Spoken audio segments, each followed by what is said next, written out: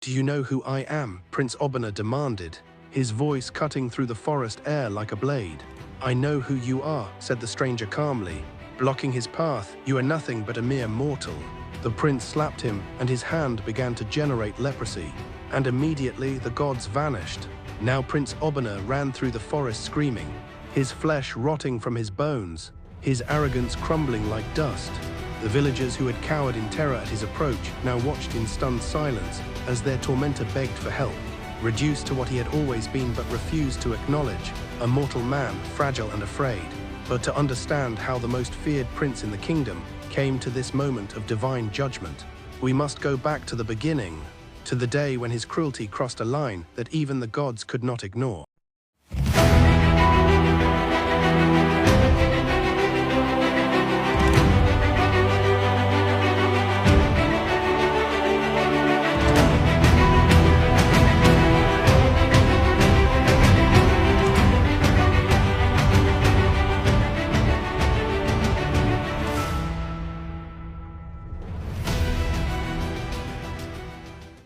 In the far village of Umuigwe, where the ancient trees whispered secrets to those who knew how to listen, King Ikena ruled with wisdom and compassion. His people loved him, his enemies respected him, and his ancestors blessed his reign through years of prosperity and peace. His son was another matter entirely. Prince Obinna moved through the village like a shadow of death, his presence alone enough to send children scurrying to their mothers and grown men stepping aside with downcast eyes. At 25, he had never known a moment of genuine hardship, never faced a challenge he couldn't overcome through his father's power or his own ruthless will. He had also never accepted that he was human. "Father," he had said countless times, pacing the throne room like a caged leopard. "There must be a way. The oracles speak of immortality, of men who became gods. Why should I be bound by the same limitations as these peasants?" King Ikena watched his son with growing concern. "Obinna, you are my heir, my blood, my legacy, but you are also a man, with a man's responsibilities to his people. This obsession with godhood is not an obsession," Obinna's voice echoed off the walls. "It is my destiny. I will not rot in the ground like some common farmer. I will not bow to death like a coward." The king had consulted every oracle in the land, seeking guidance for his son's troubled soul. Each one gave the same answer: the prince must learn humility, or he would learn it through suffering. There was no magic strong enough to make a mortal into a god, no ritual powerful enough to cheat death permanently. But Obinna refused to listen. He had visited the oracles himself, demanding answers, threatening consequences, offering bribes that could have fed entire villages. When they all told him the same thing, that immortality was not his to claim, he left each one with curses on his lips and murder in his heart. The village elders came to the king 3 days before the festival of the harvest moon, their faces grave with the weight of their message. "Your Majesty," Elder Namdi spoke for the group, his voice heavy with reluctance. "We must speak of the prince." King Ikena's shoulders sagged. What has he done now? Yesterday, he had a young man flogged for not stepping aside quickly enough. The boy died from his injuries. He was only 16. "Your Majesty." His crime was carrying water to his sick mother, and not seeing the prince's approach in time. "And last week," Elder Chin added, "he ordered a family's hut burned because their goats wandered too close to the path he was using. The family lost everything: their home, their animals, their savings. They have nothing left. He acts as though he is a god," Elder Namdi continued. "But gods are supposed to protect their people, not terrorize them. We wake each morning praying that the prince will not succeed you. We love you, Your Majesty, but we fear what will become of us when—" "Enough," the king said quietly. "I will speak with him." But when King Ikena confronted his son about the accusations, Obinna's response chilled him to the bone. "They are insects, father. Would you mourn if you stepped on an ant? Would you apologize to a mosquito for swatting it away?" Obinna's eyes held no remorse, no recognition of the lives he had destroyed. "I am preparing for godhood. Gods do not concern themselves with the feelings of mortals. You are not a god," King Ikena roared, his patience finally breaking. "You are a man with duties and responsibilities, a man who will answer for his actions." Obinna smiled, a cold, empty expression that held no warmth. "We shall see, father. We shall see." 3 days later, as the festival began and the village celebrated the harvest with songs and dances, Prince Obinna walked through the forest that bordered the sacred groves, He preferred the solitude, the silence where he could imagine himself as something more than human, something worthy of worship rather than fear. That's when he saw her. She moved between the trees like a spirit, her white robes flowing around her as she gathered herbs for the coming ceremony. Her beauty was otherworldly, not the painted, perfumed beauty of the court women who threw themselves at his feet, but something pure and untouched, something that spoke of connection to the divine. Adana had been chosen as a child to serve the gods, to one day replace the aging chief priest as the spiritual guardian of the village. She had never known a man's touch, never even looked upon them with desire. Her life belonged to the spirits, her body was a temple. Her soul was dedicated to protecting the balance between the mortal and divine worlds. Prince Obinna saw only another possession to claim. "You," he called out, his voice carrying the authority of someone who had never been refused. "Come here." Adana looked up from her herbs, her eyes widening as she recognized the prince. She had heard the stories, seen the fear in people's faces when his name was mentioned, but she was under divine protection, servant to powers older than any earthly kingdom. "Your Highness," she said, bowing respectfully but keeping her distance. "I am gathering sacred herbs for the ceremony. I must return to the temple." "The temple can wait," Obinna said, moving closer. "I have need of you. I am sorry, Your Highness, but I cannot. I am bound by sacred vows." "Sacred vows?" Obinna laughed, a sound like breaking glass. "To what?" "To gods who hide in shadows and speak in riddles. I am here, in flesh and blood, offering you the chance to please a living god." Adana backed away, her hands clutching the herbs to her chest. "Please, Your Highness, I mean no disrespect, but I cannot break my vows. The gods would." "The gods would what?" Obinna's voice turned dangerous. "Punish you? Let them try. I have been seeking the gods my entire life, and they have never shown themselves to me. If they existed, if they had any real power, would they not have struck me down by now for my supposed crimes?" He gestured to his guards, who had been watching from a distance. "Bring her to me." What followed was a violation that went beyond the physical, as Obinna took what he wanted. Adana prayed through her tears not for rescue, but for justice. She spoke words in the old language, words that had been passed down through generations of priestesses, words that called upon the ancient powers to witness and remember. "The gods will judge you," she whispered as he finished with her. "The gods cannot judge a god like them," Obinna replied, his voice cold with satisfaction. But as he looked down at her, something shifted in his expression. The conquest had brought him no joy, no sense of power. If anything, he felt empty, hollow, as if in taking her purity, he had lost something essential in himself. The feeling disgusted him.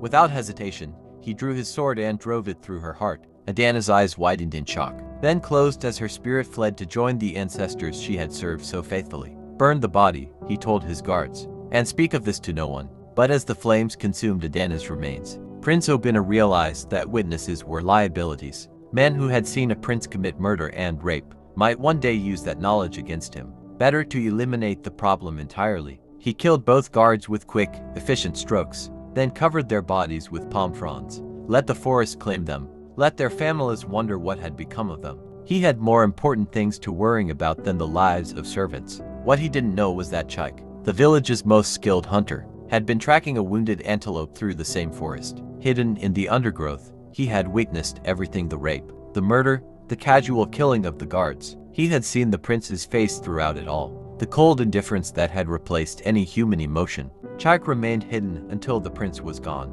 Then emerged to say prayers over the bodies and memorize every detail of the scene. He would need to report this to the elders, to the king, to anyone who would listen. But first, he had to survive long enough to tell the tale. In the temple, the old chief priest Aquadili felt the moment of Adana's death like a physical blow. The herbs she had gathered scattered from his hands as visions, flooded his mind images of violence, of sacred laws broken, of the balance between worlds torn asunder. "The gods weep," he whispered to himself, his ancient voice cracking with grief. "They weep for the innocent, and they hunger for justice." He spent the night in meditation, consulting the spirits, seeking guidance on how to proceed. The answer came with the dawn, clear and terrible in its simplicity. "Go to the palace," the spirits whispered. "When you arrive, a witness will come to speak the truth. And when the truth is spoken, the guilty will appear to face judgment. The house of the wicked will fall, and the land will be cleansed." Aquadili gathered his ceremonial robes and staff, knowing that he was walking toward the end of an era. The prince's crimes had crossed a line that could not be uncrossed. The gods had been patient, but their patience was at an end. Prince Obinna walked toward the palace with his usual swagger, but something felt different. The forest seemed to quiet, the shadows to deep. Twice he caught glimpses of movement in his peripheral vision, but when he turned to look, nothing was there. He told himself it was guilt, a useless emotion that he would soon overcome. He had killed before, after all. Not directly, perhaps, but his orders had led to deaths. What was a few more? But as he approached the main path to the palace, a figure stepped out of the trees ahead of him. A man in simple robes, unremarkable in every way except for his eyes, which seemed to hold the weight of eternity. Prince Obinna tried to step around him, but the stranger moved to block his path. When the prince stepped to the left, the stranger mirrored his movement. When he stepped to the right, the stranger did the same. "Move aside," Obinna commanded, his voice carrying the authority of royal blood. "I am Prince Obinna, heir to the throne of Umuigwe. You will show proper respect." The stranger said nothing, but his eyes never left the prince's face. Obinna tried to push past, but somehow the stranger was always there, always blocking his way. After the third attempt, the prince's patience finally snapped. "Do you know who I am?" he demanded, his voice rising with fury. "I know who you are," said the stranger, his voice carrying an odd resonance, as if it came from a great distance. "You are nothing but a mere mortal." The words hit Prince Obinna like a physical blow. All his life, he had raged against that simple truth, had sought to escape it, to transcend it, to prove it wrong. To hear it spoken so casually, so dismissively, by a common peasant was more than he could bear. His hand moved without conscious thought, striking the stranger's face with all the force of his royal rage. The moment his palm made contact, Prince Obinna felt a burning sensation that started in his fingers and spread up his arm like wildfire. He looked down to see his hand changing, the skin becoming white and scaly, the flesh beginning to rot and fall away. Leprosy. The stranger smiled, an expression both terrible and beautiful, and then simply vanished, leaving only the scent of incense and the echo of divine laughter. Prince Obinna stared at his diseased hand in horror, watching as the corruption spread up his arm toward his shoulder. The thing he had feared most, the mortality he had tried so desperately to escape, was claiming him with supernatural speed. He ran through the forest. He stumbled, his royal robes tearing on branches, his crown falling into the dirt. The leprosy spread with each step across his chest, up his neck, onto his face. His skin fell away in patches, revealing the rotting flesh beneath. "Help me," he screamed as he burst into the village square, no longer caring about dignity or royal bearing. "Somebody help me." The villagers, who had cowered in terror at his approach, now stared in stunned silence. Some felt pity, others satisfaction, but all recognized the hand of divine justice in what they witnessed. The prince who had claimed to be a god was revealed as the most mortal of men, his flesh failing, his arrogance crumbling, his true nature exposed for all to see.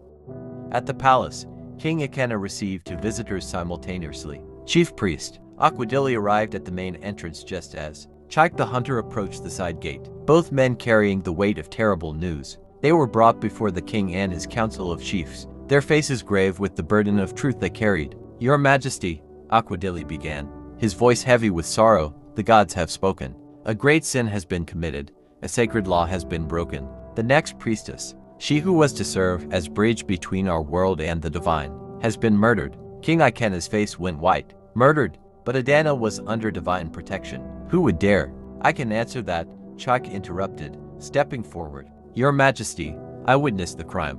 I saw Prince Obinna rape the priestess, then kill her to silence her. I saw him murder his own guards to eliminate witnesses. I saw him burn the body and hide the evidence." The throne room erupted in gasps and murmurs of horror. King Ikenna gripped the arms of his throne, his knuckles white with the force of his denial. "No," he whispered, "not my son, not. The gods have already begun their judgment," Aquadili said solemnly. "Even now, the guilty one approaches, marked by divine wrath, his crimes written upon his flesh for all to see." As if summoned by the priest's words, screams echoed from the courtyard outside. The great doors burst open, and Prince Obinna stumbled in, his body ravaged by leprosy, his once handsome face twisted by disease and desperation. "Father," he cried, falling to his knees before the throne. "Help me, the gods, they did this to me. I'm dying." The assembled court recoiled in horror, but King Ikenna remained frozen, staring at the ruin of his son. In that moment, he saw not the prince he had raised, but the monster that prince had become. "Is it true?" the king asked, his voice barely above a whisper. "What they say about Adana, about the guards, is it true?" Prince Obinna looked up at his father, and for the first time in his life, his arrogance cracked completely. The leprosy had spread to his face, eating away at his features. But it was the expression in his eyes that truly revealed his condition, the desperate, terrified look of a mortal man facing his own mortality. I didn't mean. She was just a priestess, Father. She was nobody important. I am your son, your heir. You have to help me. Chief Priest Aquadili stepped forward, his staff striking the floor with a sound like thunder. The judgment of the gods is clear. The sacred trust has been broken. The innocent blood has been spilled. The balance has been destroyed. The guilty house must fall, and the land must be cleansed. He turned to address the court, his voice carrying the authority of the ancestors themselves. This palace is now cursed, tainted by the crimes committed within its walls. It must be burned to the ground. The household of the king must be cleansed by death, that the pollution may not spread to the innocent. King Ikenna closed his eyes, understanding the weight of divine justice that had fallen upon his family. And my son, the prince will receive special treatment, Aquadili declared. He will be crucified upon a cross, and both he and the cross will be burned together, that his crimes may be purged from the earth by fire. The sentence was carried out immediately, as the palace burned behind them, as the loyal servants of the royal household were put to death by stoning. Prince Obinna was nailed to a wooden cross and prepared for the flames. As the fire was lit beneath him, as the smoke began to rise and the heat began to sear his diseased flesh, Prince Obinna looked out at the faces of the villagers he had terrorized. In their eyes, he saw not hatred, but something almost worse, relief. They were relieved to see him die. They were grateful for his suffering. The flames rose higher, and Prince Obinna felt the ultimate irony of his situation. He had sought to become a god, to transcend mortality, to escape the fate of common men. Instead, he was dying the most mortal death of all, slowly, painfully, and utterly alone. As consciousness faded and the fire consumed his body, his last thought was a recognition of the truth. He had spent his life denying. He had always been, and would always be, nothing more than a mere mortal. Prince Obinna woke with a gasp, his body drenched in sweat, his heart racing with terror. The familiar walls of his chamber surrounded him, solid and real. The morning light streamed through his windows, gentle and warm. It had been a dream. All of it, the rape, the murder, the leprosy, the crucifixion, nothing more than a nightmare born of his own guilty conscience. But the terror remained, and with it came something Prince Obinna had never experienced before, genuine remorse. He thought of the young man who had died from his flogging, the family whose home he had burned, the countless small cruelties he had inflicted in his quest to prove himself above human law. He thought of how close he had come, in the dream, to committing the ultimate sin, and he thought of how it had felt to die as a mortal man, afraid and alone. Rising from his bed, Prince Obinna walked to his window and looked out at the village below. The people were beginning their daily routines, going about their lives in the shadow of his father's palace. They were his people, his responsibility, his future subjects. They deserved better than the monster he had been becoming. He dressed quickly and made his way to the throne room, where he found his father preparing for the day's audiences. King Ikenna looked up in surprise as his son entered and, for the first time in years, knelt before the throne. "Father," Prince Obinna said, his voice thick with emotion, "I have been wrong. I have been cruel and arrogant and blind to the suffering I have caused. I know you have tried to correct me, and I have ignored your wisdom, but I am ready to listen now. I am ready to learn what it means to be a man worthy of leading these people." King Ikenna stared at his son in amazement. "Obinna, what has brought about this change?" "A dream, father. A terrible, wonderful dream that showed me the truth I have been running from my entire life." Prince Obinna looked up at his father, and for the first time, King Ikenna saw genuine humility in his son's eyes. "I am mortal. I am human.